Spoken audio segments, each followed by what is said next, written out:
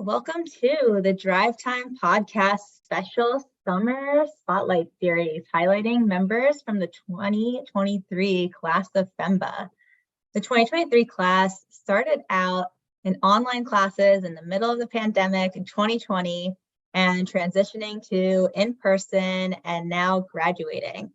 I'm Caitlin McMahon, a fellow FEMBA 2023 graduate who is guest hosting this special series, taking the mic from our current regular host, Dylan Stafford, to run this special series and share stories of our 2023 class.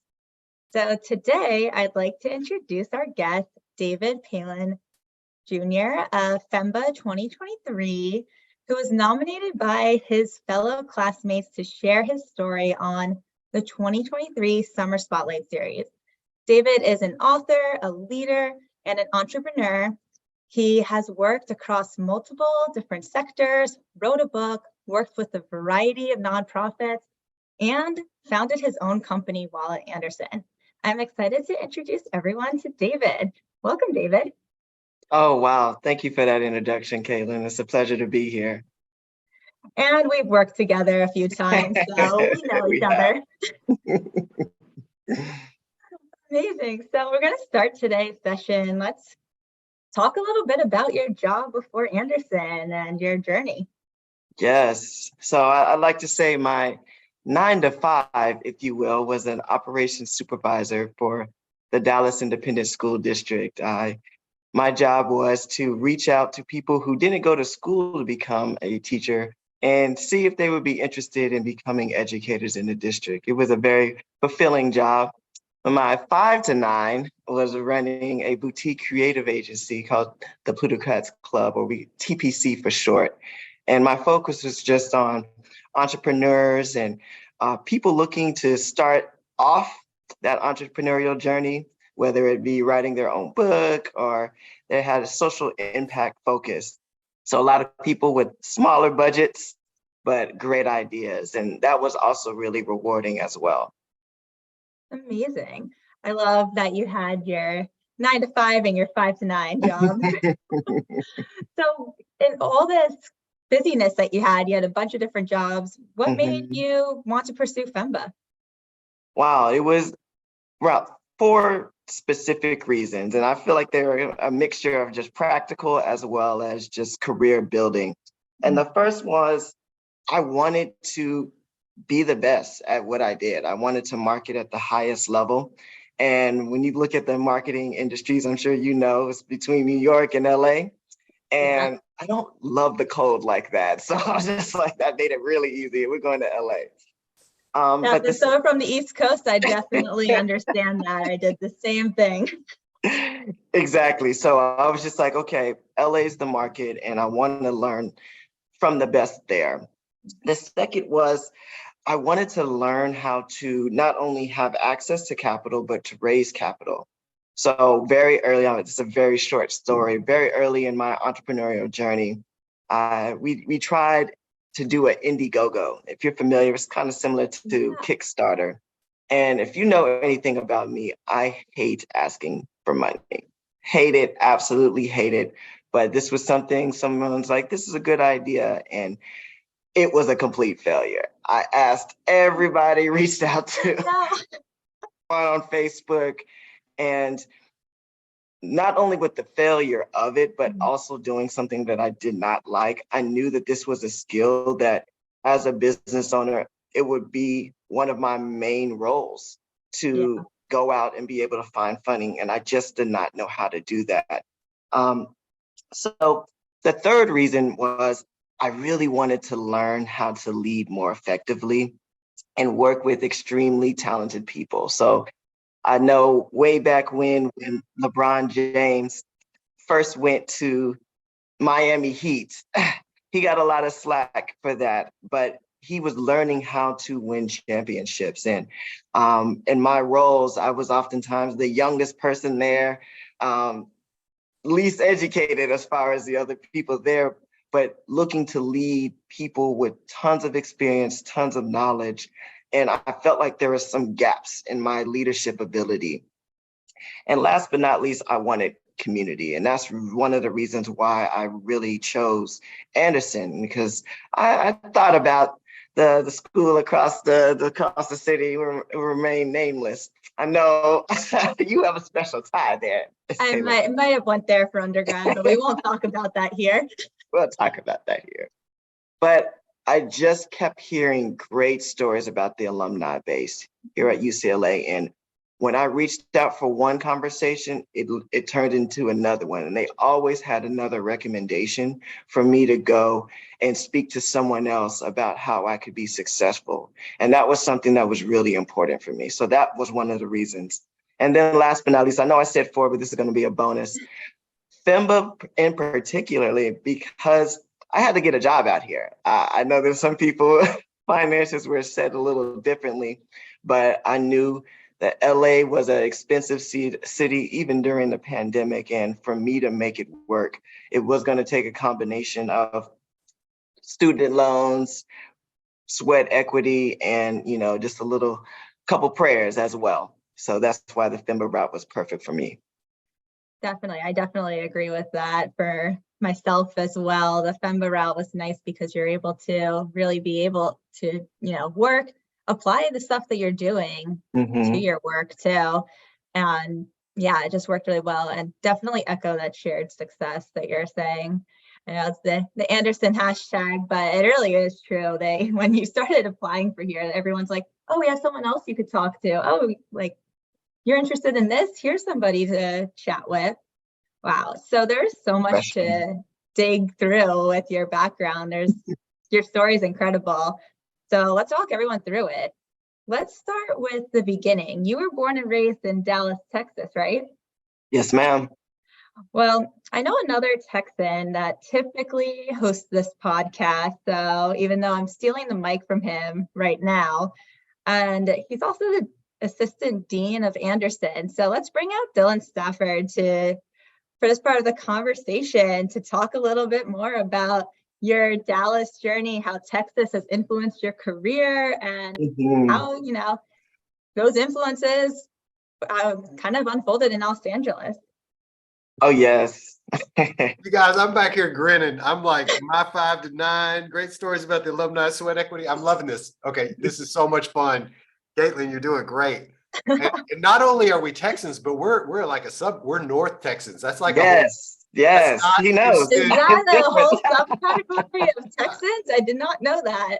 Oh yeah, it's in the Texas Constitution that Texas can split itself into 5 if it wants to. 100%. We were a nation for 10 whole years. Exactly. And we have to take Texas history in 8th grade and learn about all. Oh my gosh. Well, I'm sure. So I grew up 70 miles north of David, up on the border with the Red River in Denison, Texas. I'm honored to get called off of mute, but I don't have a ton to add other than, go Texas, woo woo.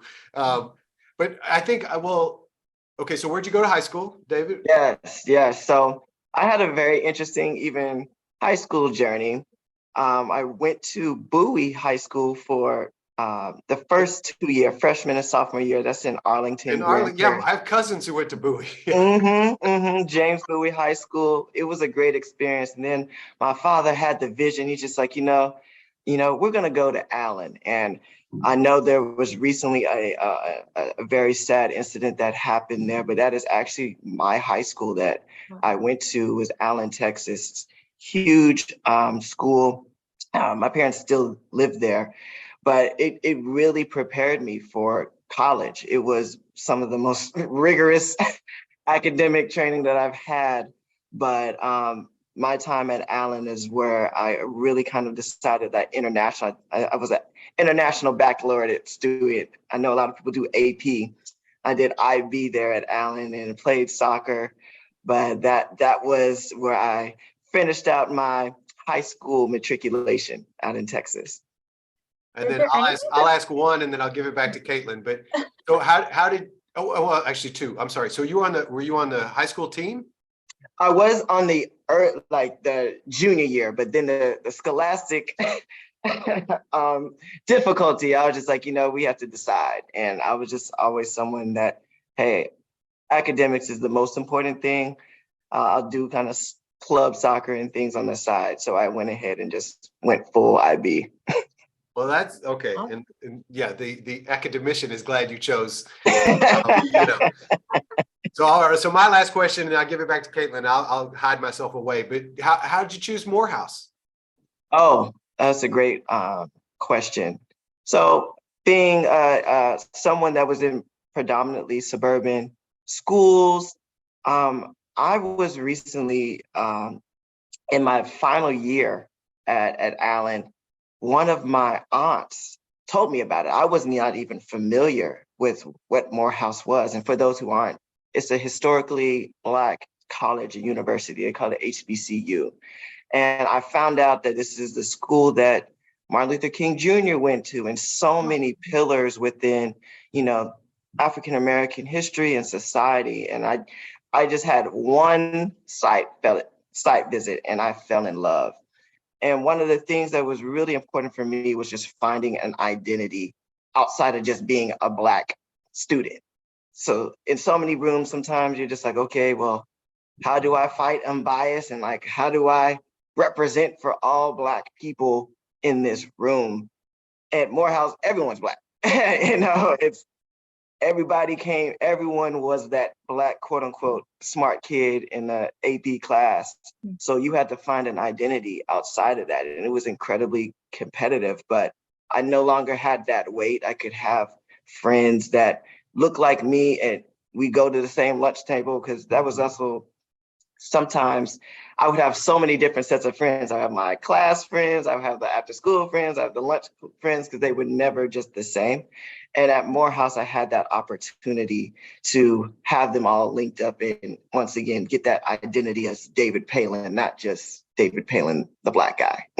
Oh my God, I'm all for Clemson. I have no idea why. Okay, that's enough out of me. Caitlin, you just have fun with this gentleman. I'm hiding. You guys are awesome. That is quite the amazing college journey. So you majored in marketing, right? Yes, ma'am. Yes. Mm-hmm. And so how did that part of that journey and figuring out your identity as David Palin Jr., how did those all intersect? Kind of where'd you end up going from there? Yes. So my father is an entrepreneur. He has a executive search firm. So I grew up watching them get major deals. So I always knew I could see myself presenting and, telling people about charts and graphs. So I was pretty sure that I wanted to be in business, and marketing really was the best conjunction of what I loved as art and the creative side and the business side. So I was like, okay, I don't have to be a struggling artist, but I can still feel like a real creative. And that's where the marketing really took off. And I did some of my first advertising campaigns at Morehouse. So after that, we actually created a magazine in school. And after graduating, I just saw that, especially being a millennial, there were so many people trying to tell me about social media when we lived it. Like, how are you going to tell I saw me? the evolution firsthand. I was like, I know more than this. I'm not even going to discriminate on the generation. It was just an older generation that I felt was not as in touch as I was. So that's where it started. It was just really speaking to the expertise that not only I lived, but shared, and then providing that value to different clients that were seeking that. And I say firsthand, watching David do many presentations, your presenting skills are incredible. He could take any deck and tell a full story, weaving it all together. So it really is incredible how much of a storyteller you became. And would you consider that part of your identity that you've created since college? I will say it is something that, especially growing up also as Southern Baptists, you just see so many pastors being able to take these very complex ideas and concepts, but make them practical and understandable through stories. So it's something that I've always admired and wanted to, in my own way, try to maximize my ability to communicate, because I tell people all the time, my purpose on this earth is to share. Now I just have to learn the different mechanisms and mediums to do that. So one day it's writing, another day it's PowerPoint, another day it's Excel. But I have to be able to articulate this information in a way that my audience is going to understand it. So one way is through storytelling.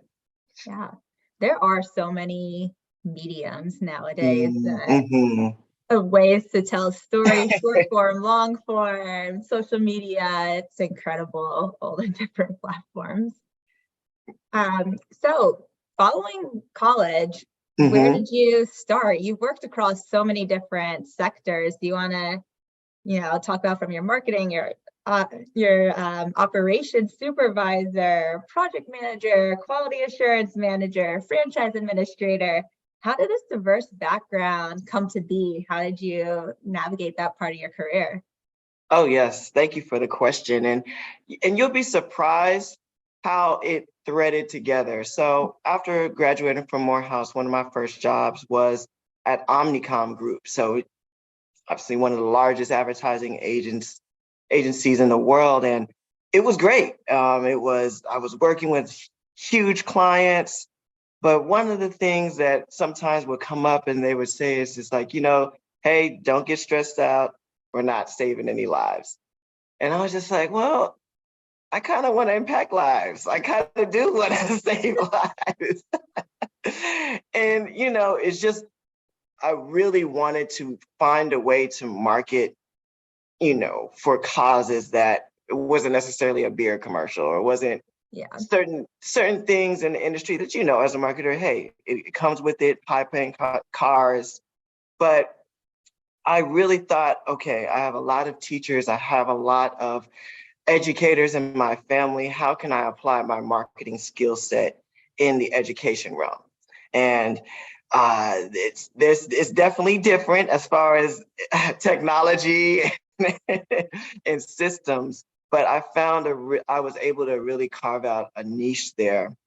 And that's how I came into that operations supervisor role. Even though I was learning other skills, which I think was a great opportunity to stretch me, I was really there as the marketer. I was coming up with vision and marketing campaigns on how we can increase the amount of student teachers in Dallas ISD, specifically for those we were looking for people of color.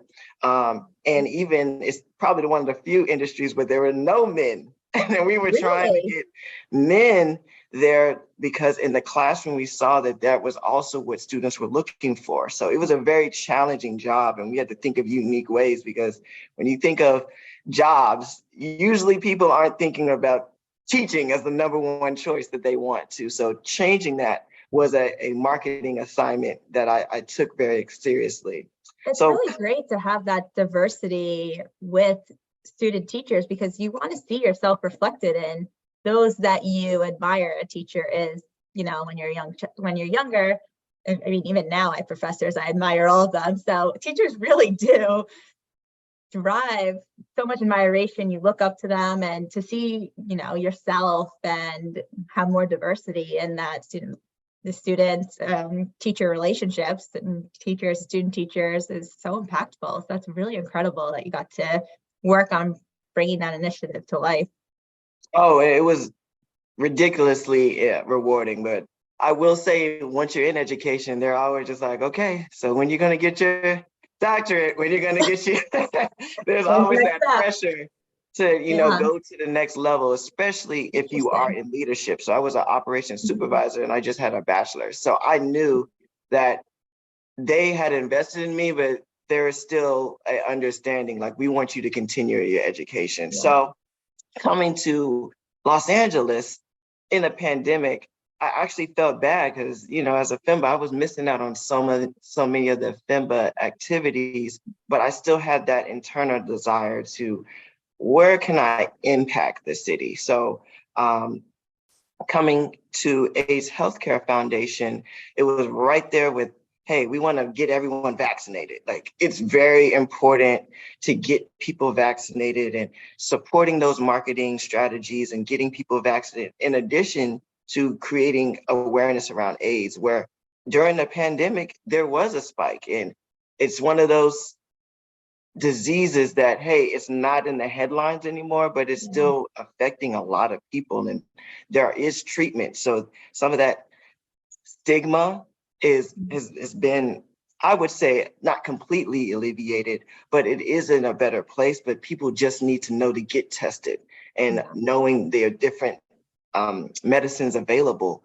That was something I was excited to be a part of. So that was part of coming into Los Angeles. Is like, okay, I'm linking up. I seen this opportunity to support the city in an area that, hey, I can see real impact. Still from a marketing standpoint, though, project management, but we were having podcasts, we were having different initiatives, and looking at the data of like, okay, where's an area that we should really target? And then now it's my role as a quality assurance manager, you know, in Los Angeles. Unfortunately, there's a huge population of people that are homeless. And that was just something that really grieved me, you know, especially coming from Texas. You know, it is very different. So when I saw this, I was just like, okay, this is another opportunity for me to directly think, how can I be a part of an issue that is integral to Los Angeles, and then be able to apply what I know up to this point, all the things I'm learning from operations right there, being thrown in as a QA manager, and just looking at these grants and making sure we're allocating money in a proper way to make sure that these veterans and people who, you know, it can happen like a blink of an eye to anyone, as far as being unhoused.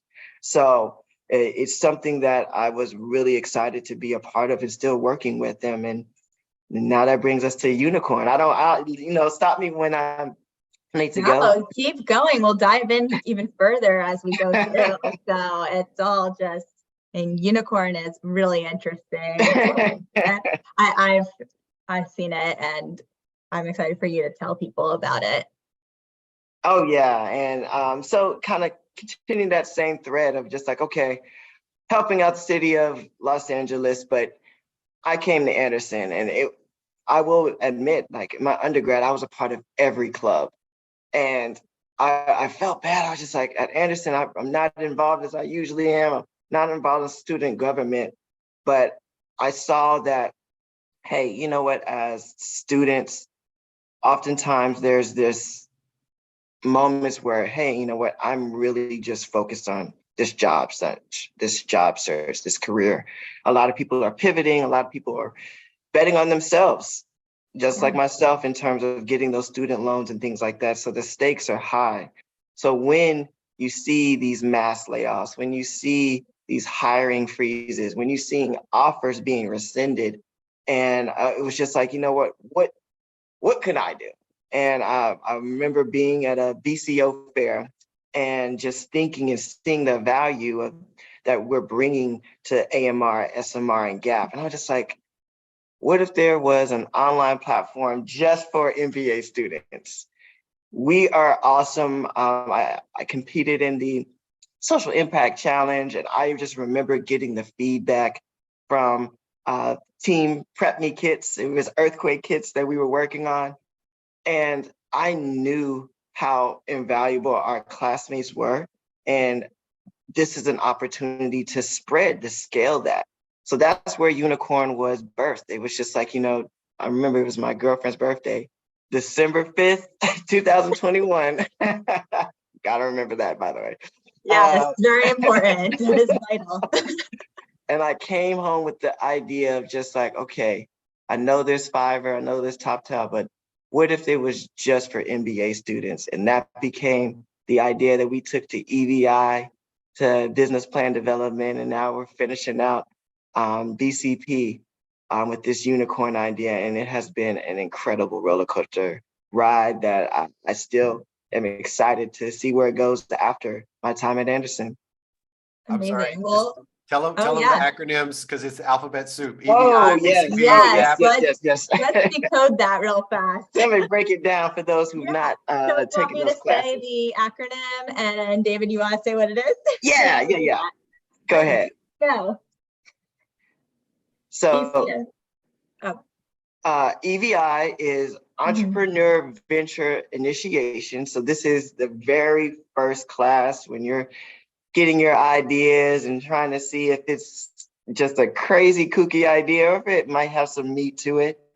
Then after that, we have business plan development, which is, I would say, pretty self-explanatory, where you're coming together, doing that entry-level research to see if this is a viable business and reaching out to people and kind of creating your research campaign or your research plan, if you will.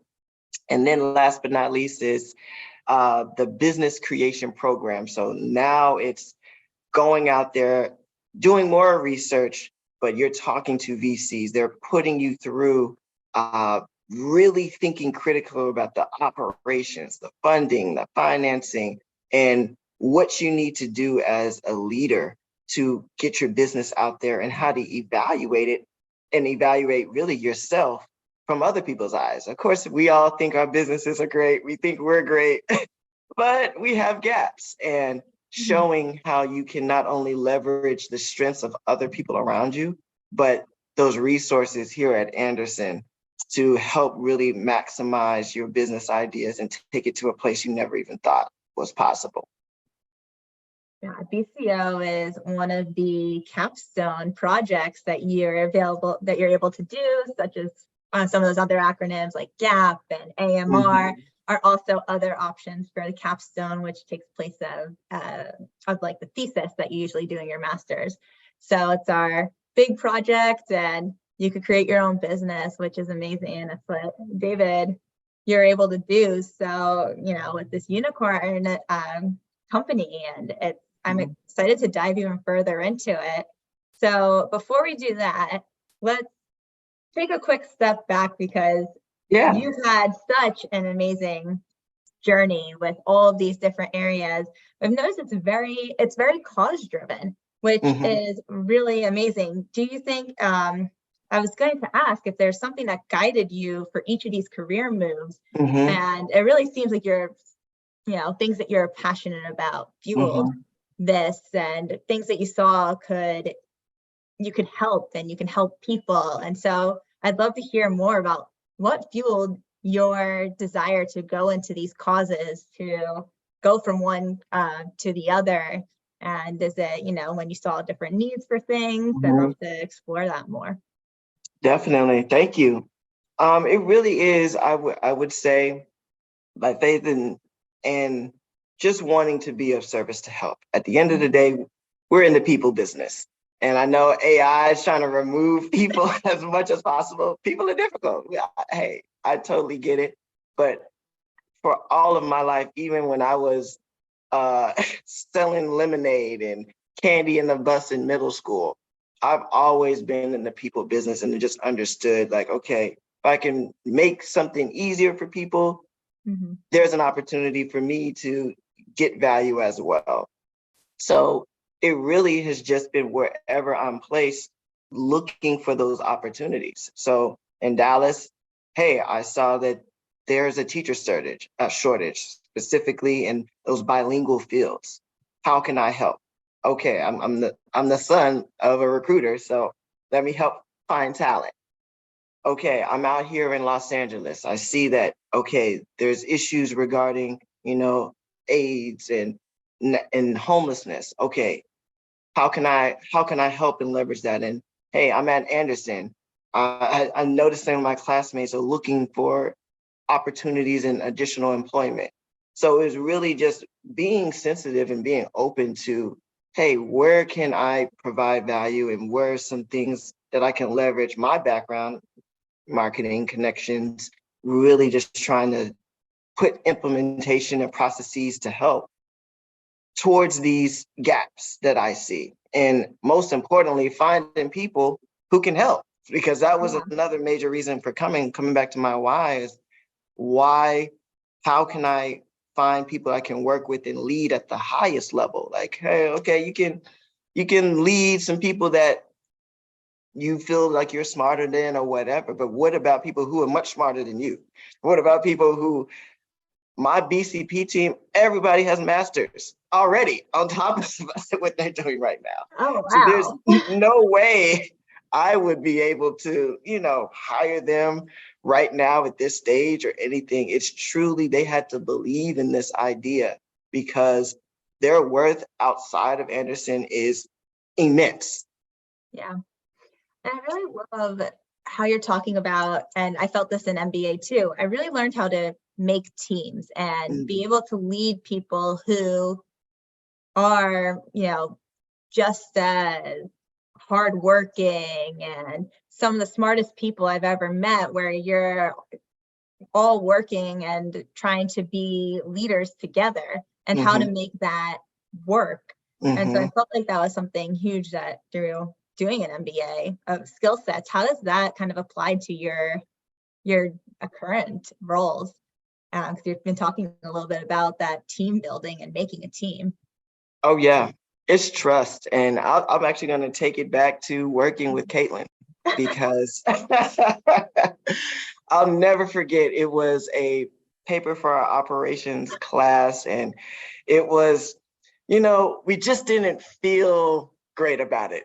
Yeah. We didn't we got it done.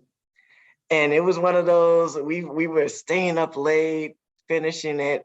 And I remember Caitlin, she was just like, I'm so sorry, but can we just go over this one more time? And I was so grateful that someone felt the same way. I was just like, yes, please, let me go in. We hopped on a call and we worked on it, but it was just being able to trust that you have other people, because we're so used to, I'm gonna do it by myself. Okay, I'm an individual high performer, but that only gets you so far. That's not how you win championship. That's not how you build great companies. So when you have people like Caitlin and others who have that same spirit of excellence, it is an amazing feeling. And we, I believe, got first place in our, our class. Shout out to our group. But it was just a testament to people with that same spirit working together and trusting each other to do their job. Like, hey, when it came to finances, Adam, hey, operation, I knew I could trust his work. Let me do what I can on the compilation side. And like, okay, let me make it easier by putting these deadlines together. So kind of finding where you can offer value, but that trust piece is something that I really had to learn over and over and over and over at Anderson. Like that mindset of just taking over everything is not going to get you far. And it's not going to benefit you specifically in business school. Yeah, I completely agree. It's really, you learn how to leverage others' skill sets so well in business school, because you realize, this is somewhere where I have expertise. This is where you have expertise. How can we leverage to continuously make better projects and create more value? And with that, I'm going to also, as you could tell, me and David worked on a couple teams together while at Anderson. And I could say firsthand that David puts so much care into every project that he does. He is always willing to work hard, making sure that he's really creating great outputs and creating value all the time for whatever we are delivering, whether it's a project, to a case study, to some type of assignment, any type of assignment, honestly, just making sure you're delivering value and always being able to take lead on and willing to take lead. And so you were talking about UNYKRN and how you're creating this platform to help MBAs create more value from their work. And so I'd love to kind of talk a little bit, really dive into UNYKRN and your journey putting it together, as well as, how MBAs can take advantage of it. Thank you for this opportunity. And I will say it first started as I thought it was an obvious idea. And it was something that I was just like, well, we're already doing the work. I believe you did GAP. So I saw my classmates doing this work, doing those 120 hours I've personally consulted several people, so I knew that the value was there. So I was just like, okay, now it became about execution. And we had a treacherous path because the idea came, once again, December 5th, 2021. Most of the FEMBAs had already taken EVI by that time. So I was not able to do the traditional pathway for BCP or the BCO. There's multiple arrangements of it. So I had to join the full-time EVI class, or the first class. I had to do it with the full-timers, but even then it was not guaranteed. I was working heavily. So shout out to the BCP office. Thank you, Dean Scheinrock, for just seeing people who were willing to do what it takes. Because that's what it took. Because, all right, I had to get a whole new team because I actually joined the executive MBA BCP program. So started with the full-timers, had to get a team for the idea, get a whole new team for the business plan development, and we were one team member short. So we're doing this whole business plan development, getting all the research, but we were one team member short in the executive MBA class. Then we had to grab not a whole new team, but 2 new team members for our current team. At each stage, it was just, oh my goodness. All right. But the reason why I was able to move forward each time is because students believed in it. If it wasn't for students saying, yes, I would get on this platform. So that whole background to say what the platform is, we have basically 2 marketplaces. We have a talent marketplace where you can offer consulting services, where you can, hey, if you're great at finances, you're great at marketing, accounting, operations, IT, or general counsel, you were able to trade basically your time for money and help people. Even if you want to be an executive coach or mentor or tutor, these businesses need it. Unfortunately, 40% of small businesses say that they are what they would say financially illiterate, but over 80% of them are doing their own business finances. That is value right there that we can help right there. So there's that consulting side, but also there's the IP side, which I'm actually really, really excited because, sometimes you just don't have the time to get on in consulting, especially when you have other jobs. But this is our library of research, interviews, case studies that students have been pouring in years of work and making it available for people on demand. So we had a great presentation that we did on Victoria's Secret, where we did a full brand inventory that is valuable. We walk through how many ways that Victoria's Secret can strategically improve their brand by doing real research on what the current landscape is. So making things like that available is what our IP marketplace is. And best of all is, you all as MBA students name your price. We don't name it for you. You have the ability to name how much you want to sell this IP for, or how much you want to offer your hourly services for.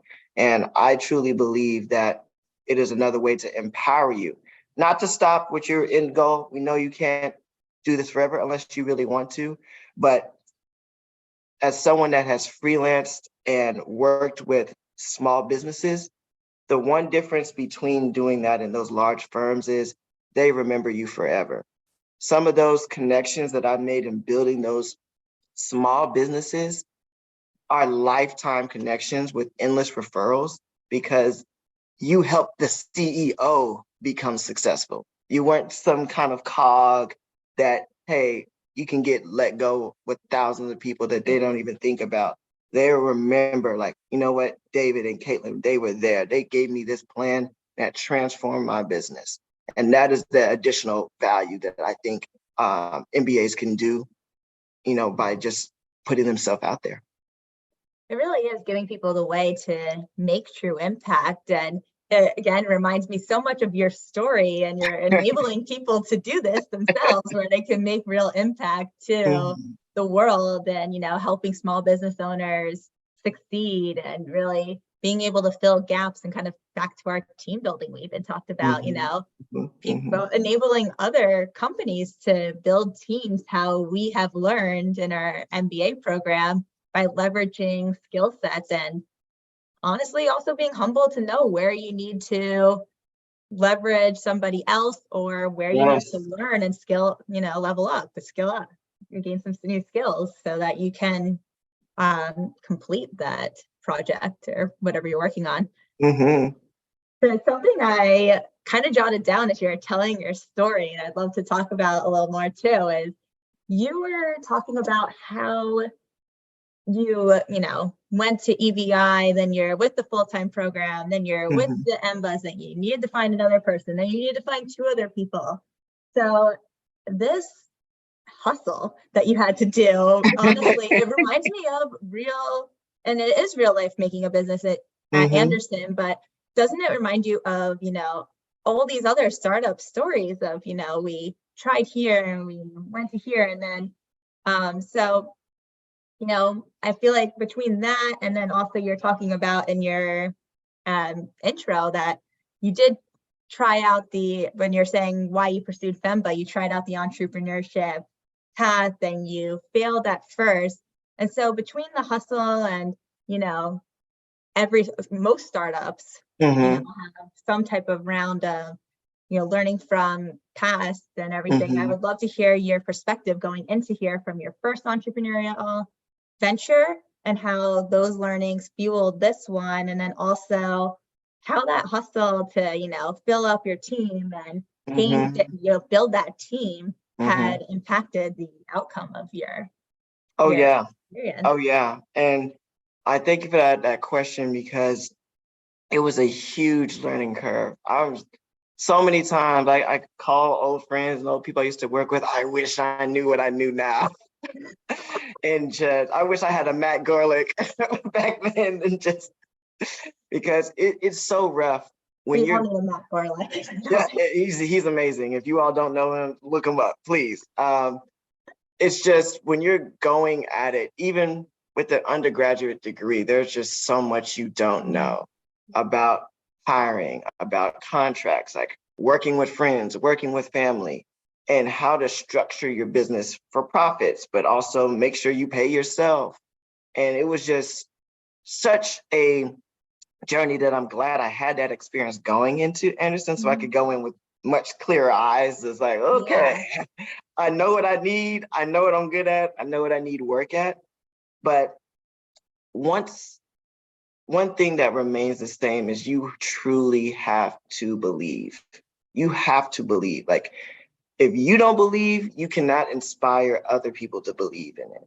And that was one thing that every single time, and even in BCP, like that process, there's times there's feedback that I bucked because I believed in MBAs, and even sometimes MBAs was skeptical and like, I don't feel like there's a value add. Well, I do. You're just not our customer, our supplier. So when you have that unwavering belief, then you can start understanding, okay, like my mentor said this in one of our interviews that's going to be on UNYKRN. We don't get mad, we get data.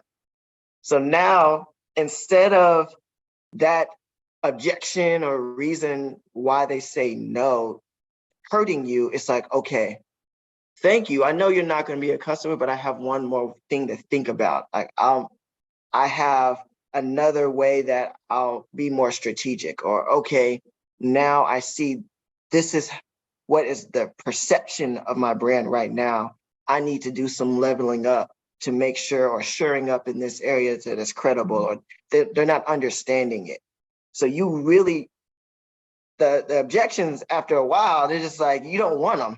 I'm not gonna go that far. You don't want objections, but they are helpful critiques to making it better, because once you take the posture that I'm gonna be here for a while, I'm not, this is not gonna throw the idea out.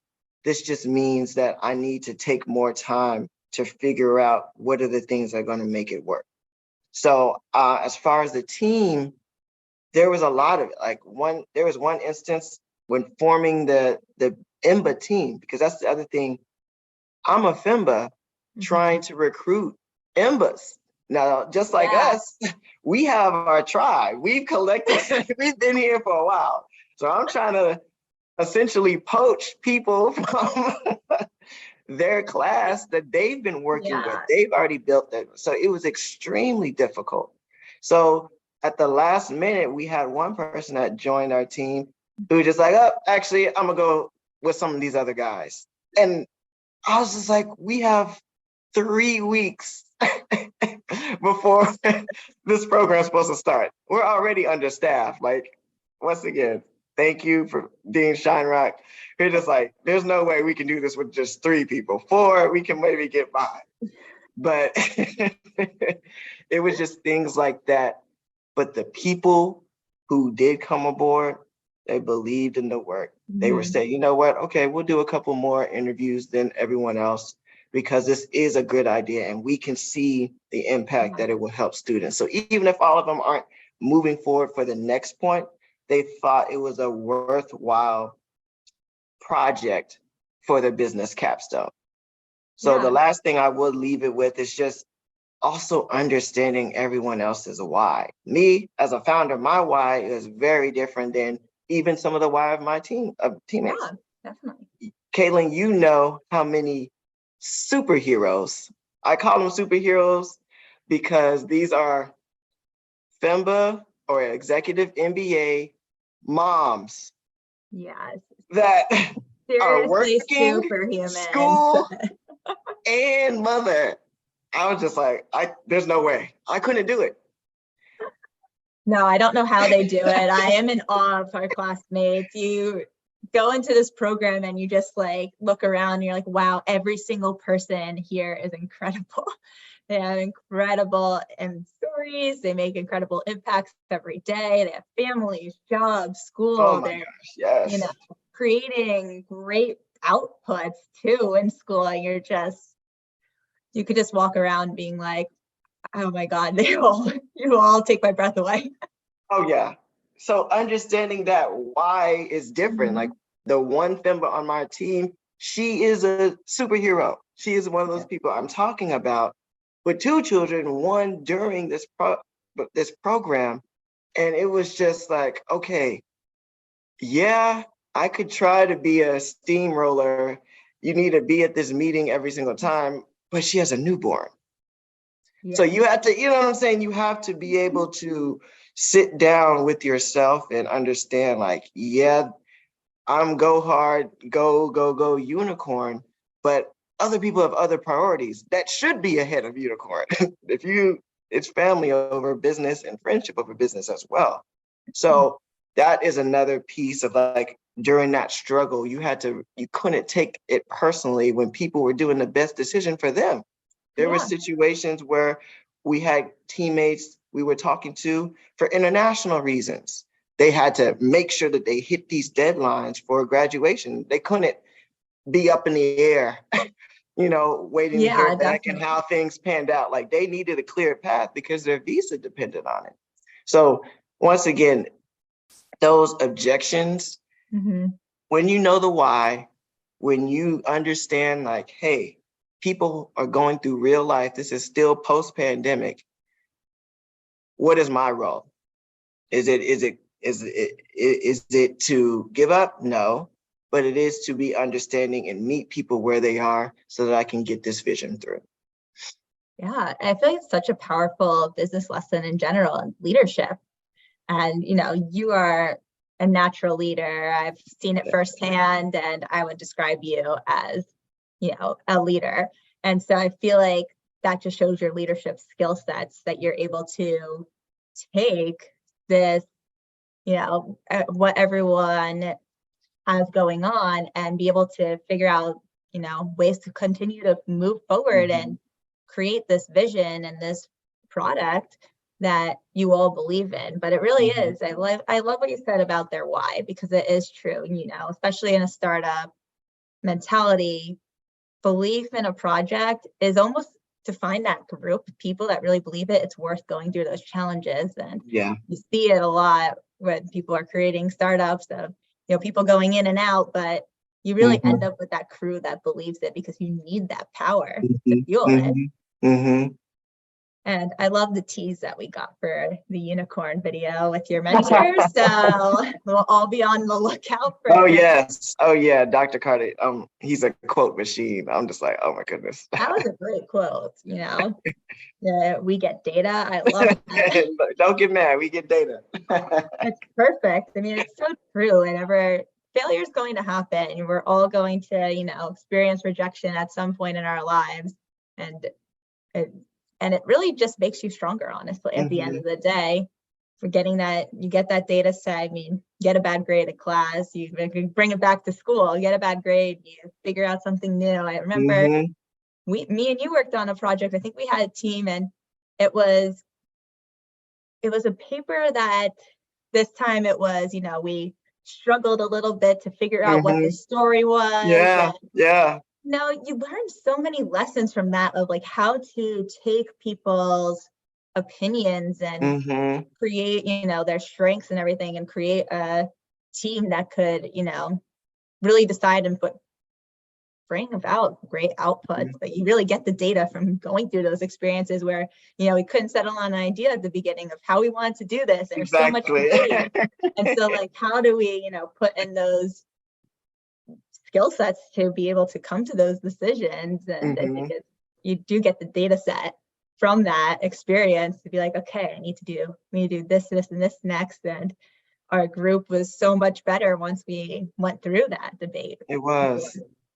And I would also say treating this as a safe space for those mistakes. Because I know if you're coming in for that same undergraduate, like, I better have an A+ or bust, you're going to be in for a rude awakening. I'm not saying you can't do it, but you're going to have, once again, people with different priorities. You may have different priorities, but you're not going to always be able to learn in those moments. Like if we stressed out about that, it would have been a significantly worse situation than what we did. Just like, okay, how do we get better? As long as we're getting better, as long as we're able to take this feedback, because this is happening in the academic environment, as opposed to in the real life business. Like when you can put those glasses on, like, oh, okay, I bombed a pitch competition as opposed to my pitch in front of 50,000 people. That's when you really can take this business MBA process for what it really is. It's a practice ground. It's an opportunity for you to hone those skills before, yes, every mistake that you do costs people real money. And then you could cry. It's okay. It's going to be painful, but the stakes are way lower. Sorry, I'm speaking. But that's another thing what I appreciate about this MBA experience. It's just like, it's a safe environment. Yes, still competitive. Jobs matter. Your personal brand. Everybody wants to win. But this is an opportunity to kind of try some things or get better at some things and get that feedback, because sometimes even in the world, you're not even going to, people will let you continue doing the wrong thing on purpose so that they can get that edge. Here you have professors to tell you where those gaps are, and that is super valuable. 100% agree. I remember someone telling us at the beginning of the program, and they're saying, make sure to take the classes that challenge you. Don't just take things that you feel like you're going to get instant A's in, because that's what really helps make the difference. So take things that help stretch you. Yeah, so I also want to get to a few other topics, because I think one thing that I love about your background is all your work with nonprofits. And so I'd love to hear more about your nonprofit work and how your leadership skills have impacted your work with these foundations. Oh, yes. So I'll tell anybody, if you're looking to lead volunteers. If you want to learn how to truly lead people that you're not paying, that are only there because they want to be there and for something that is cause related. So that is where I say that a lot of my leadership, I guess, training, if you will, comes from, is because these people are there because I want to be. And it's not a title. It's not my personal regard or whoever I think I am. It's on my ability to help all of us get to this goal. And another quote, once again, Dr. Carter in that interview, he says, leadership is getting people from point A to B without creating hostility. That's great. So I never heard about that before, because I know a lot of hostile leaders. People that we got to A to B, but we're not exactly happy with them. Mm-hmm. But that definition of leadership, you truly have to take in the nonprofit space, because it's not about you. Education, it's about these children. In AIDS Healthcare Foundation, it's about these patients, people living with AIDS or HIV. In Salvation Army, it's about these people who are unhoused. So all of these populations where, yeah, you may have titles, but at the end of the day, are we helping? That's the reason why I've always kind of gravitated to it, even though I know it's not sexy. It's not the one you're going to get the crazy payout. But those skills on hustling mindset, you don't have $50 million to just throw at a problem. They're looking at every dollar that you spend very closely, and they want to see that ROI. And plus, the government's looking at it, so it better be right. So it makes a creative space for you, and I know that's something you are very interested in too.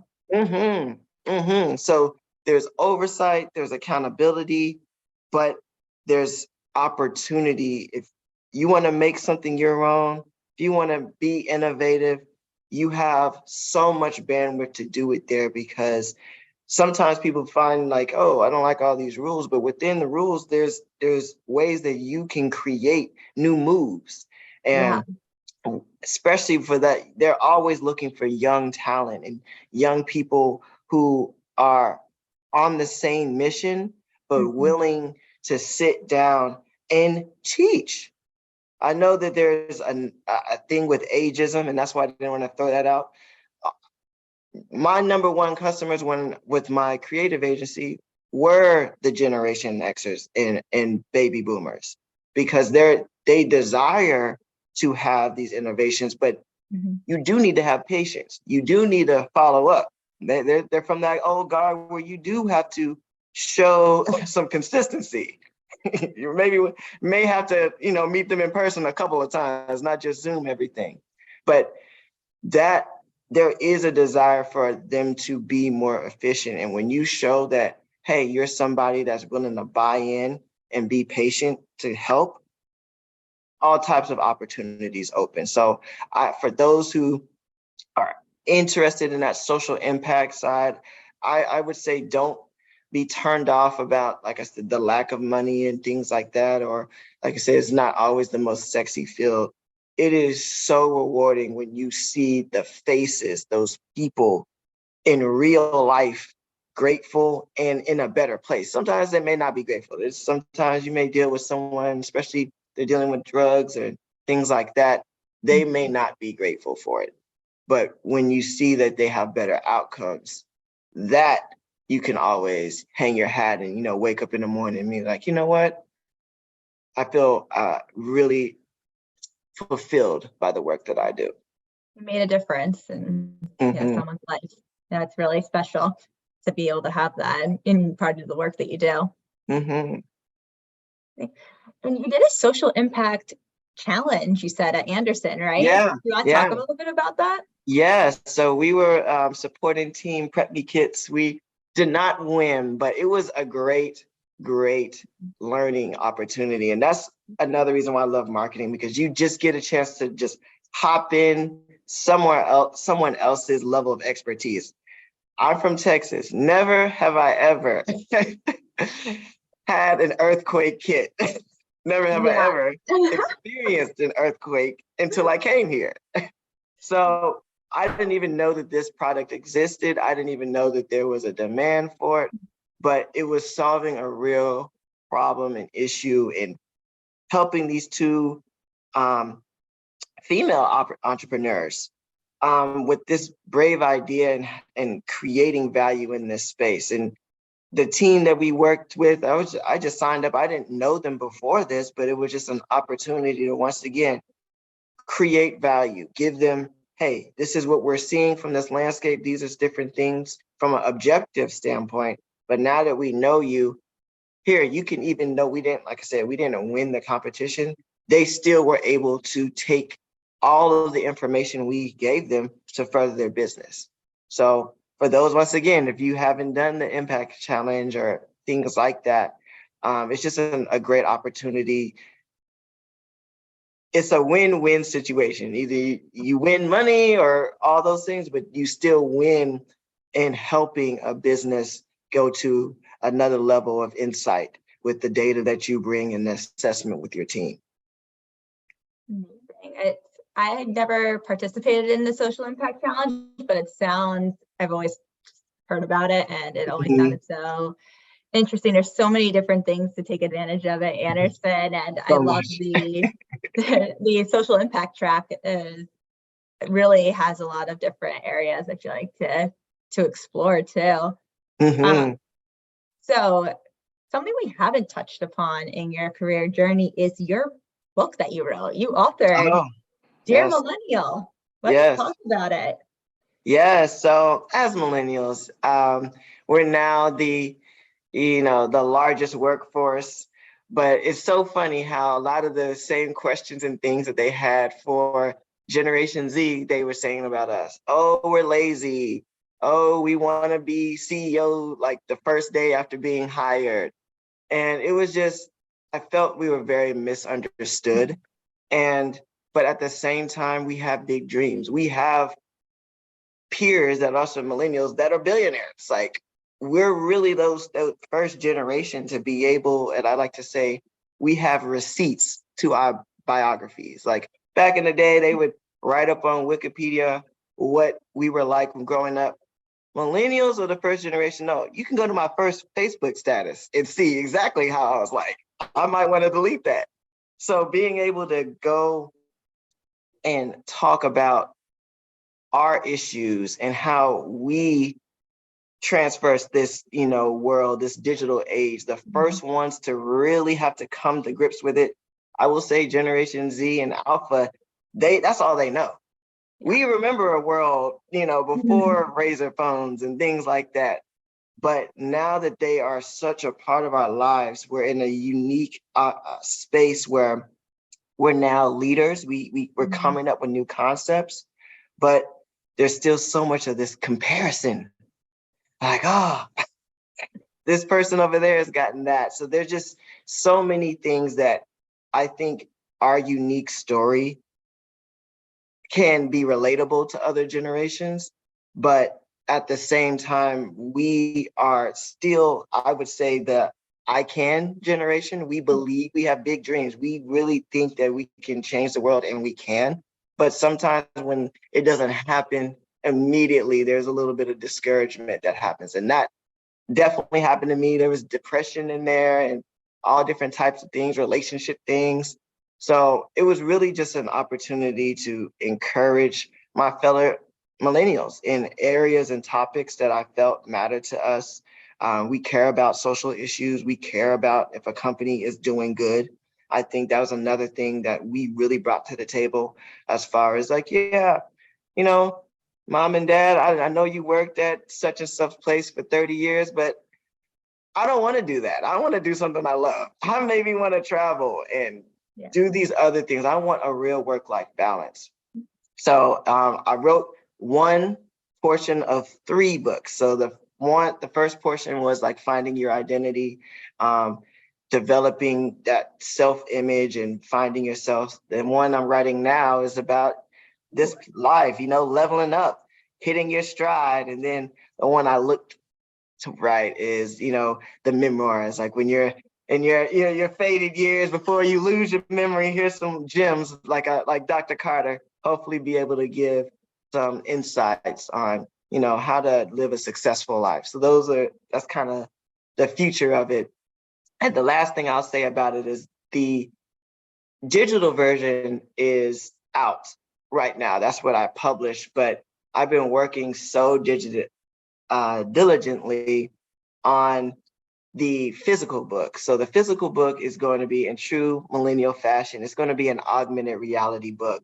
So it's going to be interactive. We don't do anything with just incredible. One screen. We're going to be able, so you'll be able to get playlists and videos and things. It's going to be kind of like a coffee table book. So I can't wait to share with everyone, but it's right in development. But the ebook is available right now. And like I said, we're pushing forward and still writing the story. And that's the beautiful thing about it. I love the 3-part series. I think that's an incredible, and we're all going to be quoting David and, the podcast. The 2030 class is going to be reading the books, being like, I have this quote from David Jr.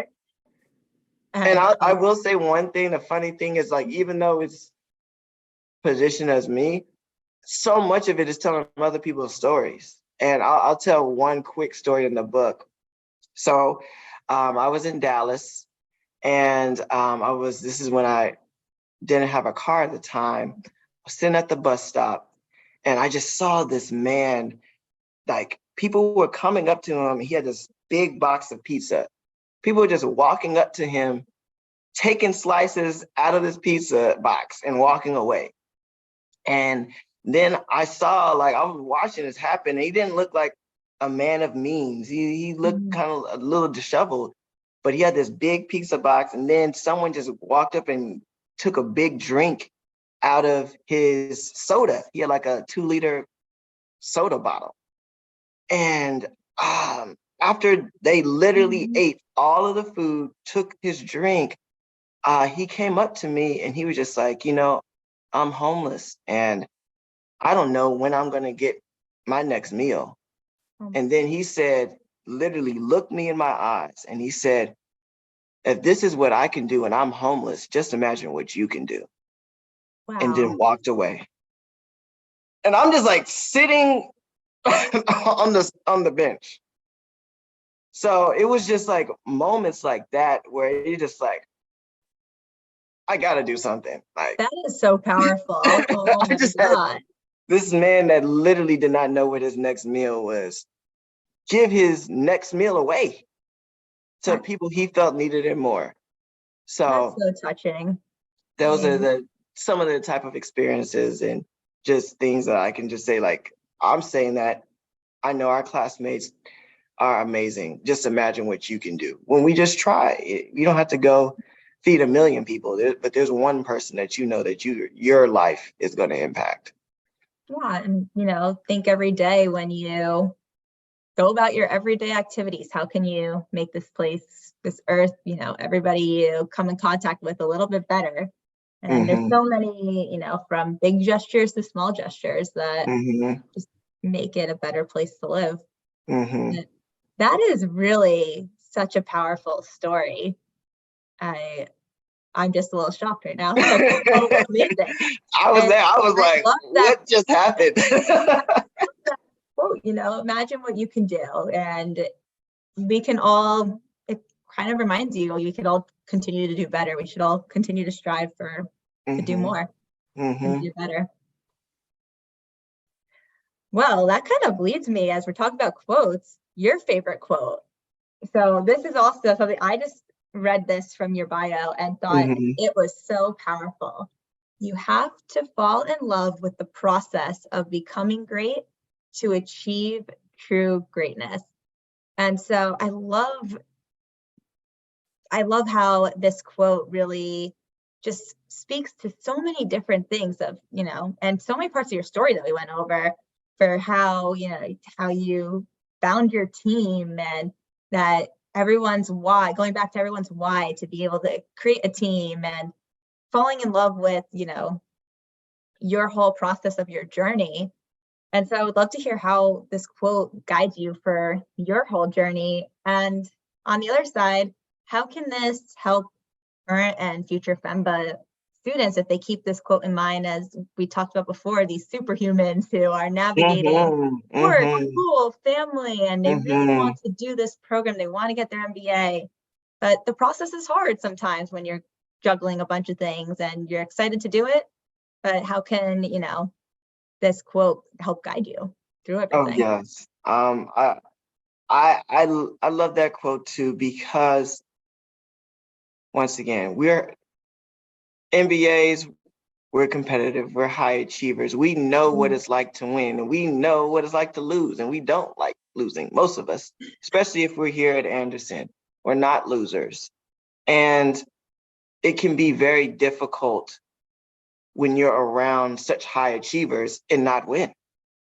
Just being frank, just being honest. We have simulations, we have different games, and you're just like, whoa, hold on, I've never come in last place. I've never competitions, pitch competitions where, and you're against some of the smartest people you'll ever meet. Exactly. So it can be frustrating, disappointing. And, when a VC tells you that something that you've spent 3 classes on is worthless or, a horrible idea, it can be very disheartening. But understanding that the goal is to get better. And just like, I think we understand finances, we understand the concept of compound interest financially, but we don't understand how that can work internally for ourselves, and how if we just get better a little bit over time, compounding that over a long amount of time, we are going to be amazing. We just have to continue doing it. So that's where it comes from. It's just like, these are concepts that we understand as business students, and from like I said, a financial standpoint, but sometimes we beat ourselves up and we stop making those monthly deposits in our personal bank account. And that's where sometimes we get tripped up. So that's where it comes from. It's just, and I'm a big anime fan. So there's a cartoon or anime, Dragon Ball Z, and I know it. Yeah. I mean, this millennials understand me here. Yes. But it's just the concept of a saying is like, literally, if it did not kill them, they would be stronger. So, another phrase that we say sometimes, but did you die? If you are literally alive, you still have purpose. There's still a reason for you to be here.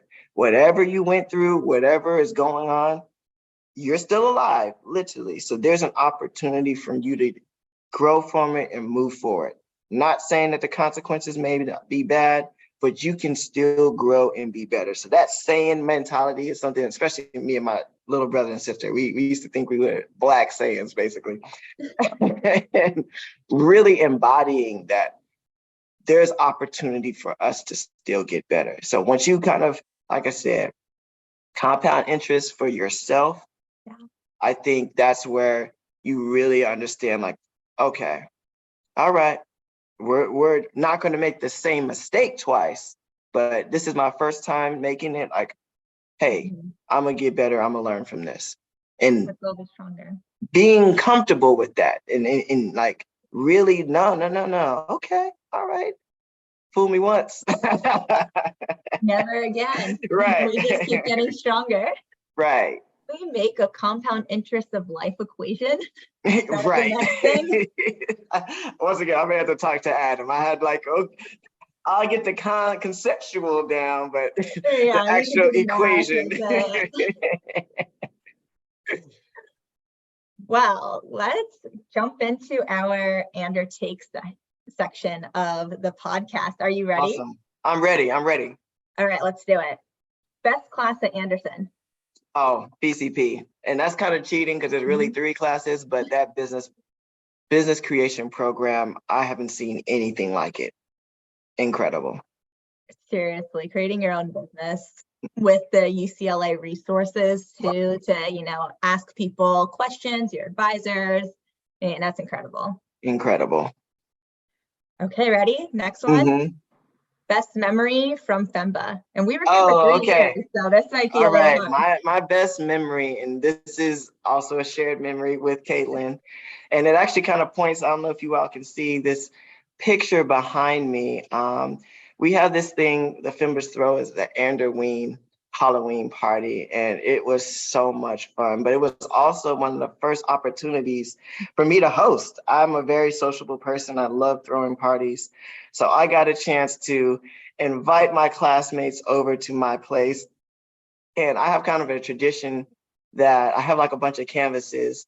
And when people come over, they write they sign this canvas and they put like a quote that means something to them. So this is one of my most cherished things just in general, just looking back and just seeing the amazing people that have been able to come over my place and just impart some knowledge. But that memory, that was such an amazing night. Like fun, the music, pregame went awesome. So that was definitely my best Anderson memory for sure.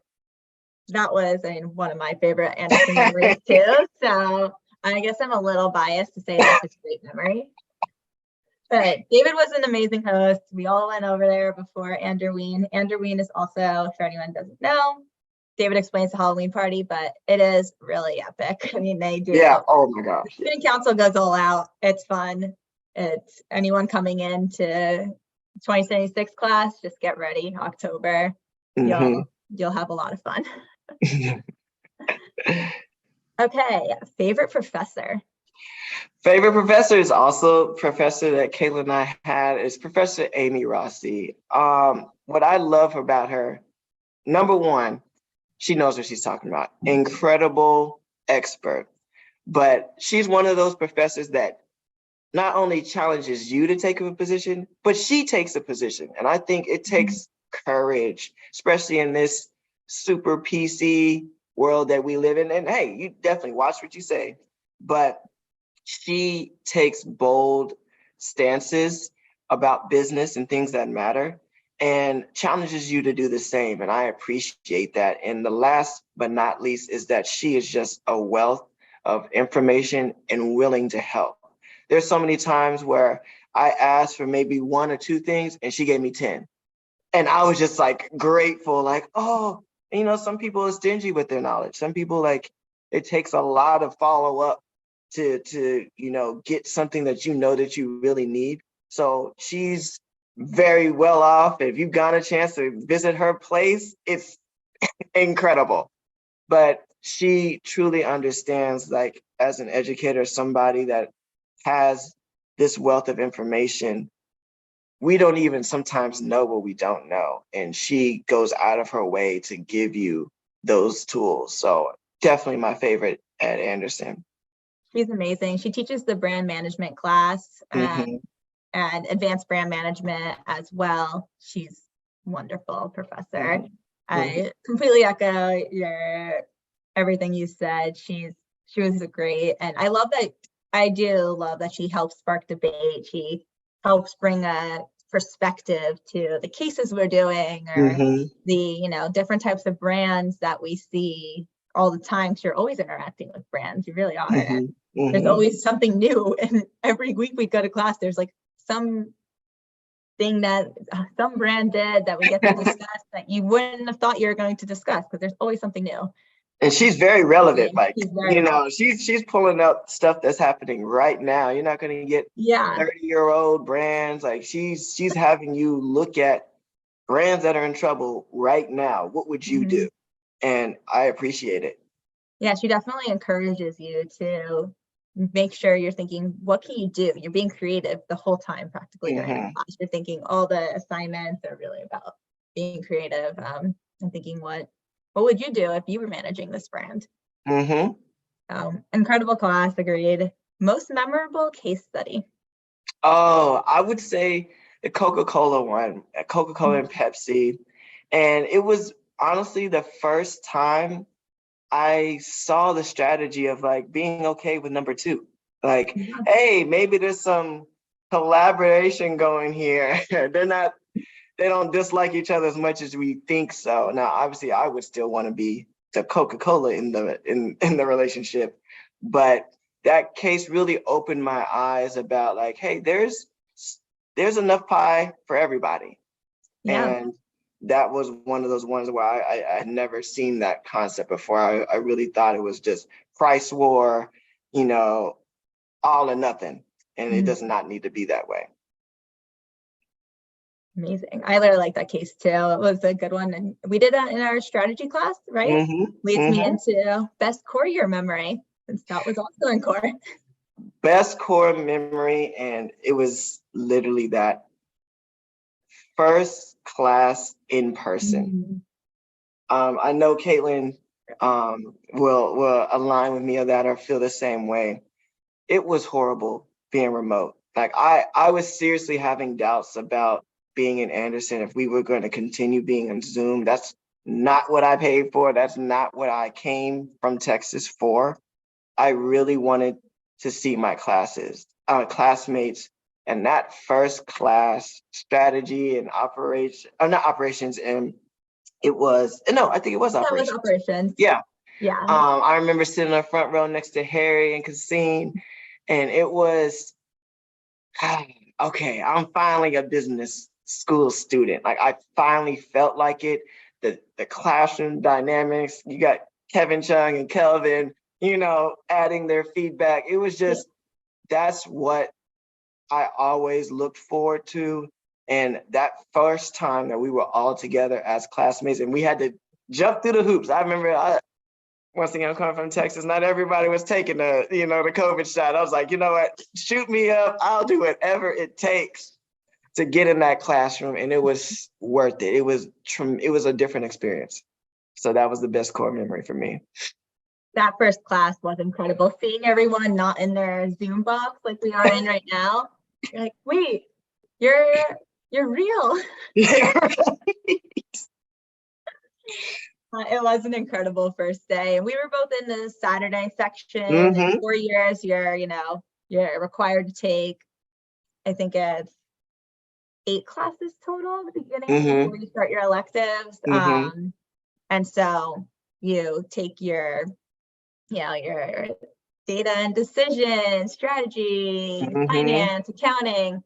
And so that was incredible after doing those remote, communicating only over Slack, to all be in person, debating cases back and forth, and doing simulations and contests and operations class. It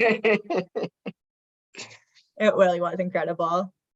Well, so speaking of remote, for favorite Slack channel, did you have one that you're like, you have to join if someone? Oh, yeah. I mean, this one, if you know, I'm going to say it's Roaring 20s, if you know, but it's, once again, I really like the activities, the events. So I remember I was first invited to be a part of it when the Vegas trip was coming up. We had our annual FEMBA Vegas trip. So that one was my favorite, just because it was always alive with opportunities to meet. And people, once again, people forget sometimes that the real value of business school, in addition to the knowledge, is the connections that you are making with these amazing people. So those were the best opportunities to meet up, because there was always something going on in the Roaring 20s. Like there's always something to do, somebody new that you're meeting, and some new connection to make or deepen. And I 1000% agree again with that. Business school, besides the knowledge, there's so much to just networking with your peers that all these people have incredible backgrounds. And I feel like leaving now, you're like, oh wow, I could call up any of these people at any time, say, hey, I want to pick your brain on something, or hey, can we hang out? I mean, everyone is just so supportive of one another. Oh yeah. That was a really great way. Roaring 20s, wonderful Slack channel. Okay, so the last Andertake. Any advice to future and current students? And after this, we'll go into some final thoughts. Okay. And I know I've touched on it a little bit since I've been talking, but the first one is know your why. But I would add another caveat to that is just stay focused on it. Like Caitlin was saying, like you were saying, there are unlimited opportunities, resources, things you can get into, not only just in Anderson, but in LA. And it can be overwhelming if you don't know why you're there. And moving forward and making sure you're plotting your steps accordingly. So I would say know your why. And then the second one is show up in your learning groups. I was sometimes, I didn't have this, but I was sometimes appalled to hear that some people just like, yeah, complete slackers. I didn't, feel like my learning group was good. All of my learning groups, it was filled with people that, hey, yes, we have other priorities, but it matters how you show up for your team, because that is what people are going to remember about you, regardless of what title or program. I'm like, hey, I remember that person. They didn't do any of their work. All they care about is interviewing. They missed the game, because 10 years from now, these are the people that will be in leadership positions. So it's shortchanging yourself, because the real value is that personal brand that you are shaping for your peers. So it means the world for me to hear that Caitlin, just like David, was a good teammate. I would put my teamwork above individual work, because there's no way I want to be perceived as somebody that is a slacker or going to let the team down. Like, that's more important. So show up in your learning groups. And then the last thing I would say is don't be afraid. My mom would say this Bible verse all the time, God did not give us a spirit of fear. And I know sometimes we have that analysis paralysis, even when we know that there's a good idea in us, or maybe a good question that you want to ask a speaker, or just so many different ways that fear can limit our trajectory, our path forward. And this is not the place for it. Not the place for imposter syndrome. You deserve to be here. So just don't be afraid. Not saying don't experience it. Hey, we all have moments, especially if you're speaking or doing something impactful. Yeah, there's going to be some nervousness there, but you shouldn't make decisions based upon that and operate from this mindset of scarcity. No, you deserve it. Go in there confidently, because that's going to be half of the battle. So don't be afraid. That's amazing advice. All three of those were just amazing. I don't have any better word. But David is, again, like, I totally agree with that team dynamic. David was the best teammate. He always put the teamwork first and made sure that he did his, your part, you led, you did everything that, you were there to do. And it also just creates so much more value for yourself too, by showing up in these teams, because we talked about how those teams affected your journey. We even talked about how to build a team well and how to fill in each other's gaps. And you don't learn that if you don't show up.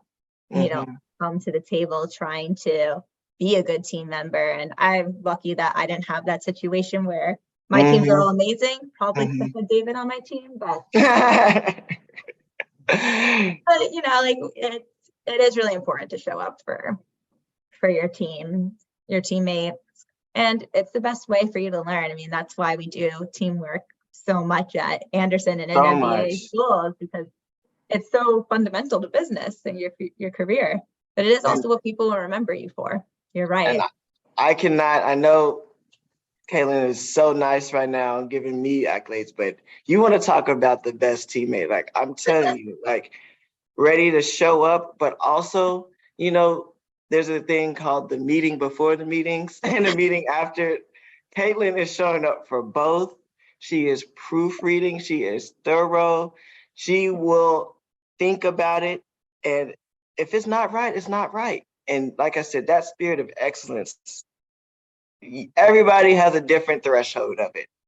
She holds everybody to it, and herself most importantly. And that is something, as a teammate, I was super impressed by, and will work with her on anything. Like, she said podcast I can jump on. Of course, Caitlin's a part of it. I will be on there.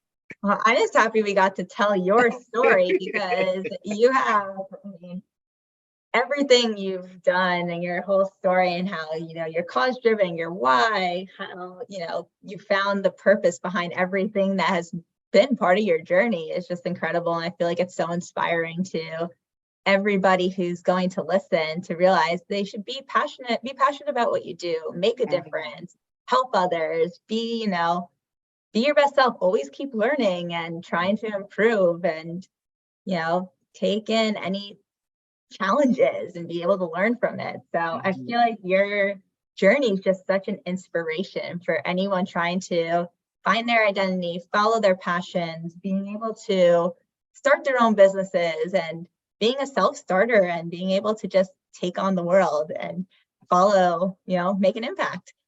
So I kind of want to leave you with any final thoughts, anything you want to talk about, anything you feel like we haven't covered, anything you want to say to all the listeners? I just want to leave pretty much on the same theme of just whoever is listening, you are talented, you are smart, you are gifted, you were created for such a time as this. Yes, hey, life comes at you fast, but any day that you're alive, it just means that there's more work, more impact for you to do. So just enjoy it. I hope everyone is really in a place of, I would say, contentment and motivation, because honestly, coming out of COVID, so many people didn't make it. So many people are not here.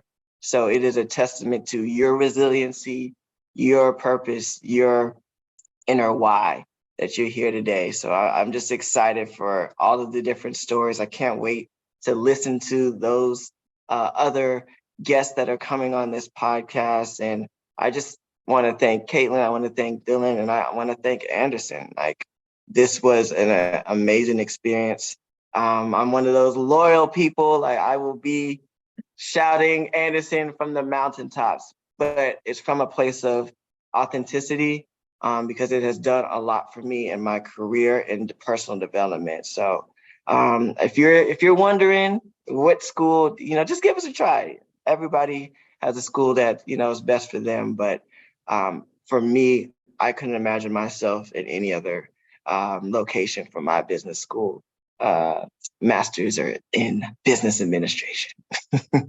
I know that we weren't supposed to plug, but I have to, and I really will going forward, because I truly, truly, truly believe in this program and what it's doing for other students that look like me, other students that are in the same place as far as their career, and like I said, looking to impact. Amazing. That is great final thoughts. Thank you so much for everything. Thank you for being on the podcast today. Your story is incredible. I feel like we went probably for like an hour and a half because there's just so much. I didn't even have a clock to look at, so I just kept going.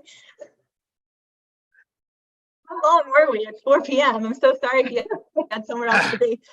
Oh yeah, we're at an hour 33, so we were aiming for 30, and I think we successfully made it to 30 minutes. Okay. Hey, like I said, feel free to splice or cut whatever parts that were helpful. I'm sorry for rambling. Your story is incredible. Is there anything that you were uncomfortable with, or you want to cut out, or anything you didn't like? Because I know we kind of talked a little going deeper into certain parts. So I just want to make sure. Okay, hang on before we answer that question. So here's the thing. Okay, so here's my request and recommendation is we keep rolling, if you guys are okay with that. Okay. Yeah. Okay, so everybody, this is what I've learned about doing podcasts. This is about podcast number 90 for me.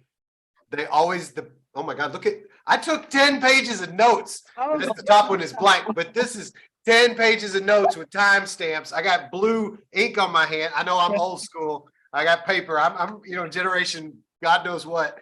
But podcasts always, the second half is always stronger than the first half because everybody gets comfortable. Yeah. So my recommendation is that let's just debrief it live. So everybody who's listening from here to the finish line, maybe go 5 minutes. I don't even know, 10 or whatever. But let's just debrief it live because this is obviously number one for you, David, but it's also number one for you, Caitlin. And you guys were, woo! I got so many yellow highlights. These are yellow highlights. God did not give us a spirit of fear. Remote was horrible. I really wanted to see my classmates, Harry, Cassine, Kevin, Kelvin. Shoot me up. I'll do it. Just imagine what you can do. If I can do this and I'm homeless, just imagine what you can do. Love that one. Social impact challenge, win-win opportunity. Hashtag Dearmillenial. You know, how can I help? Lead volunteers. You want to learn leadership? Lead volunteers. Getting people from A to B without hostility. So rewarding. Real life, grateful, better place. I wish I had Matt Gorlick. I believed in MBAs even when they didn't. We don't get mad, we get data. Oh, superheroes, FEMBA and EMBA moms, superhumans. Wow, incredible. You all take my breath away. Classmates with 2 kids, one of them was a newborn. Sometimes family and friendship are more important than business. Trust over and over and over at Anderson. 2x shout outs to Jeff Scheinrock. Oh my God. Oh my God. Oh my God. Loans, sweat equity, prayers. We lived it. My purpose on this earth is to share. Dadgum, Dave. Caitlin, you guys should like do this for a living. Hey, Caitlin, she just teed it up. She teed it up so well. And No, it's all you. when I Your stopped, story and your skill sets with speaking, presenting. I mean, it was so easy. Just a great conversation. well, I'm glad I could deliver for you all. But hey, like I say, it's coming from a real. That's the best part. It's coming from real experience. Like I was working with Caitlin. I was literally there. Like I remember what that call was like, and it was real relief. I was like, oh, okay, I got another person that just wants to do a good job. You know, I really think that working hard on these deliverables has impacted me so much for my career and my next steps. And I really do echo what you said about putting in the work for your groups. There's reasons that we get these assignments, and it really does deliver you skill sets that are invaluable, plus the networking and connections you make that last a lifetime. So people forget that with their busy lives sometimes, but it really is fall in love with the process, right? Fall in love with the process and just give it your all, because you won't regret it on the other side. You won't. Well, if people want to, because people are going to fall in love with each of you for different reasons, because you're amazing human beings. So follow you on LinkedIn, obviously. And then David, so if people want to support UNYKRN, or if they want to buy the ebook, where do you send people? Yeah, so the book they can find at www.dearmillenial.co. UNYKRN is www.UNYKRN.com. So it's spelled a little bit differently. I'm on every social media as David Palin Jr. You just look up, search my name. But yeah, I think LinkedIn is totally fine. I don't mind sharing my email if that's necessary. Just like I said, I try to make myself as available as possible for follow-up. If you're in the Slack, where right now we are fighting for extended Slack access. It might be coming. Gonzalo is the best boss I've worked for Gonzalo for 15 plus years, and he's a lawyer. And if anybody can make anything happen in bureaucracy, it is Gonzalo. Everybody's so it's like, oh, he's got so many dragons he fights and wrestles every day, but he'll figure it out. He'll figure it out. So yeah, I'm available on all those mediums, if you will. And I also wanted to echo, you gave 2 beautiful shout outs to Professor Jeff Scheinrock, and also about like receiving that feedback. I put all this energy in, and then a VC says, that's a horrible idea. I don't know if you guys have ever listened to, the $100 million podcast with Brian Thomas, but Brian Thomas, who co-founded Clutter, he tells a great story of, he took the idea for Clutter, this, let's use technology to transform self-storage. I don't know if it was Gap. It might've been Gap I think it was Gap. but all four of his classmates said, "Oh, that idea sucks." Really? Oh yeah, these are all smart Anderson MBAs. They're like, that's a crappy idea. And he said, I went to Professor Scheinrock, and Professor Scheinrock heard the pitch, and he said, you have a puncher's chance. Mm-hmm. Which, in boxing lingo, it means you're probably going to get your ass whooped, but if you get lucky and you land a punch, you might win. And Brian tells the story. He's like, that's all I needed. That's all you need. I didn't need people to blow smoke up I didn't need rainbows. I needed just some reality, but I did need a little bit of, and so I think also like what I loved about your story and you guys getting to share reflections, like we're all, and you had a good way of saying it, David, like, yeah, we want to compete. Yeah. But right, it's okay to lose also and to learn to lose gracefully. And Caitlin's like, yeah, I'm not used to losing, but it happens in an NBA because you got all these. So nobody wins everything in an NBA journey. Come on, Dylan. I'll land the plane. I lost it. I liked it how you said it, David. Oh, come on. Scheinrock, puncher's chance. It's Thursday afternoon. I'm out of nouns. Oh, it's about like attitude and approach during the NBA. Where, like what gets you into an MBA is having a really good analytical, I can slice and dice and solve problems and articulate, blah, blah, blah. But it's like what they told me at Chicago that I really liked, especially in initial forming, storming, norming around teams and early stage around ideating. It's like a new idea is like a baby bird that got blown out of the nest in the storm. It's sitting there on the sidewalk. It's gangly. It's unattractive. It doesn't have any feathers. It's kind of shivering. It's kind of ugly. And it's easy to kind of just write it off and dismiss it and not care for it or anything.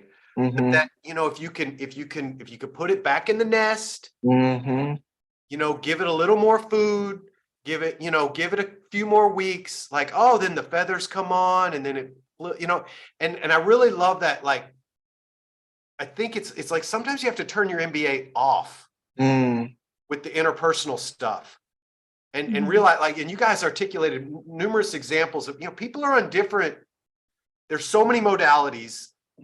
Some people are stars and some people are starters in the same conversation, but then you'd go to a different modality and the tables turn. So, don't be that guy or that person or that woman, right? Like, people are going to remember you for what you do. They're going to remember you for what you don't do. And like, short-term wins and long-term losses, right? Like, you were nominated, David. I mean, Caitlin didn't read, but she read offline. She read with me some of the nomination paragraphs that were shared on behalf of the people who get to be our summer spotlight. And people saw you. They really saw you. Wow. Wow. I'm just grateful. I really am. And I even want to follow up. If you want to tell someone else another story about Dean Scheinrock, there was a moment like very early where it just finished the EVI and I just came to him. It was just like conversation. I was just like, do you see a path forward for us? If not, I will table this idea. I will go do GAP. Is there a pathway? Is there a pathway forward? If there GAP's a good program, everybody. GAP is not a punishment. Yes, I did GAP. Nothing wrong with it. Nothing wrong with I did it. But global access program and I had a great time. So yeah. I'm sorry, that's the. It wasn't like it was literally, I will hang it up if you do not think we can do this. And he said, there's a way forward. So that is just an example of like, even us founders, we believe like you still need someone. You still need that vote of confidence. You still need someone who's not just an authority, but someone who is great at what they do. They're experienced, they're insightful, and most importantly, they're willing to invest and pour into the next generation or the next person that's going to do it. And he came to our bat several times. So I cannot say enough good things about who he is. And like I said, the opportunity that he gave us to just try. I was just like, hey, just give us a shot. We're not going to let you down, but is there a way forward for us? And look at us now. We're moving forward here. And he was wrestling with health challenges. I mean, it's not like everything. And I appreciated your appreciation of Aimee Rossi, and just for future generations hearing this, faculty, staff are people also. Yes. And of course, but you also somewhere in there articulated undergrad versus grad, and that kind of undergrad, I want to get A+. You mentioned about that. It's like sometimes a B is just fine. And if you can get a B and establish a relationship versus getting, like there are certain times where you need good grades to show post MBA, certain job trajectories, but many don't care. Anderson MBA is fine. I'm not saying grades aren't important. Of course they are. Personal excellence, aim as high as you can, aim for the stars, hit the moon, even if you miss, it's all fine. But there are, like you went to ask Aimee for 2 and she gave you 10. I mean, like Gonzalo is, Dean Fratius is the perfect example to me. This guy's like the Energizer Bunny. I've watched him for 15 years work 60-hour weeks, 52 weeks a year. I mean, if you ever get a chance to travel with him on one of the global immersions, it's ridiculous. He knows every 7-diamond restaurant in every major city all the way around the world. Wow. And he's always helping people, it's, and so it's, like relating to these years is precious, and relating to these 3 years as the launch of the next 30. It doesn't happen just in the framework. You guys are going to commence in 15 days, right? Like, oh my God, 2 weeks from tomorrow, victory. I can't believe it. I know. And yet, it will be alumni. Yeah, you will. Yeah, you will. Get to put the tassel on the other side. So it's been a journey. I definitely agree with you with, don't let the fear of a B keep you from being challenged and taking classes of these great faculty that Anderson provides, because there's just so many interesting professors and relationships to build and people to learn from that maybe is not something you're naturally good at, or maybe it's a stretch, or maybe it's, some skill set you're interested in, or you just heard it was a good class. It's just worth taking those types of courses, because don't let the fear of a B right them. Okay, I'm going to surprise Caitlin. You don't know about this. David, you obviously don't know about this. I'm going to show you a picture now. You guys don't know this is coming, but you name checked this person earlier, and I just happened to get this picture yesterday. It was on my other screen over here. So I'm going to show this picture, and then you guys get to respond. First thing that comes to your mind. You don't know what this is. Neither of these guys know what this is. Here we go. Classmate about to be shown. See if you can tell me first thing that comes to your mind. Oh no, did I do it? Oh, that's the man. I love this. This just shows his passion for Anderson. I mean, oh my goodness. Kevin's incredible. So tell people what they're looking at. They are looking at a strategian, a mind, an organizer. He was one of our class advocates, like the mouthpiece for the class. Just a great guy. Like I literally even he did a improv stand-up comedy show and was hilarious. Like he's, I would say, a Renaissance man. Let me start there. Tell us his name. Tell us his name, because you said it briefly earlier. This is Kevin Chung. There you go, one and only. And he is just a great human, first of all. But you see on the business competition side, won numerous ones with teams. He's one of the first people that gave me insight on UNYKRN, just as a friend. Like I said, just a great guy. You all are in for a treat. I hope he's going to be on this podcast, because he is just a very, very, not only obviously smart person, but he gives so much, and he gives and impacts yeah, I'm excited. I'm excited. This is just amazing. It just encompasses all that Kevin Chung is: passionate, happy, a great human. I mean, Anderson, just FEMBA experience. He is a voice of FEMBA that really, helps bring the community together. He's just an incredible human. Well, and he sent me this picture yesterday, and he says, I want to out myself. So and he was amazed. I'm amazed that license plate was available. Like, yeah, that you is guys, critical. this is 35 years of FEMBA. I was shocked when he told me it was available, and he got it. But he said, people are always wondering who's got the FEMBA license plate in parking lot 4. So, I have seen this car before, and I've always wondered, and I'm friends with Kevin. I never knew that was his car.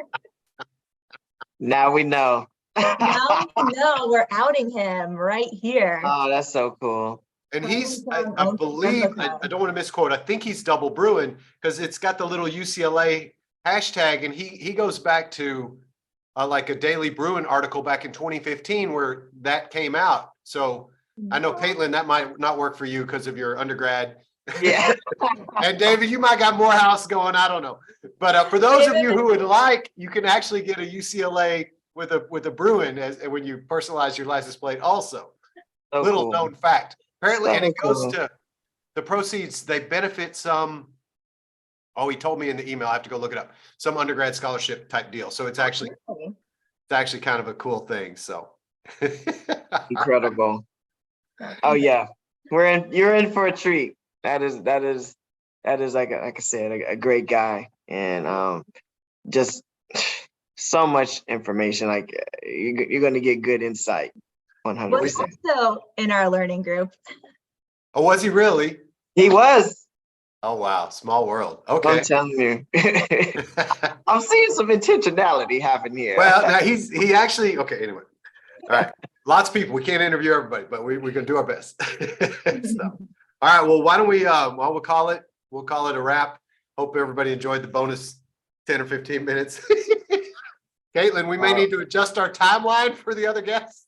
Hey, it was a pleasure. I'm sorry for going over.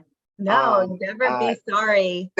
Remember, No. Your story's incredible. People want to listen to it and be confident, right?